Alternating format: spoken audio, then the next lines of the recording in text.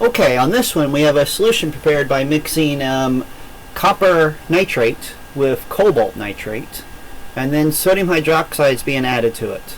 And we want to know which hydroxide, copper hydroxide or cobalt hydroxide, precipitates first, and then what concentration of hydroxide present in the solution would actually accomplish that. So what that means is we want to add just enough hydroxide to get one of them to fully precipitate out, but leave the other one totally in solution.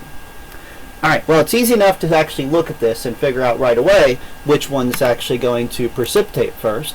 And we're going to do that simply by looking at the KSPs. So my smaller KSP tells me that copper hydroxide precipitates first. Now, to figure out the value where it precipitates, or where it maximizes precipitation, we're actually going to figure out where cobalt starts to precipitate. Because as long as we stay underneath that value for hydroxide, we should guarantee that none of the cobalt has precipitated. Alright, so we're going to solve for the KSP of cobalt hydroxide.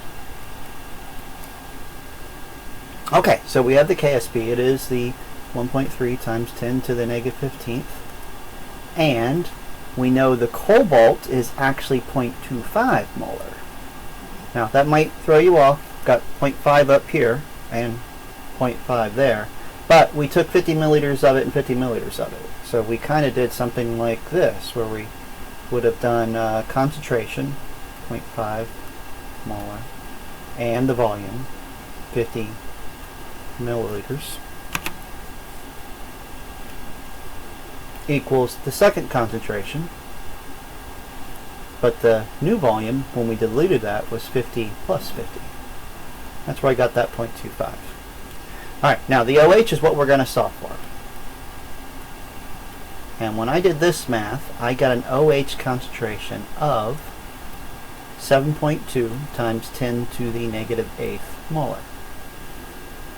Alright, now, if we hit that much, if we actually add more than 7.2 times 10 to the negative 8th molar, the cobalt hydroxide will start to precipitate, so we want a number just below that.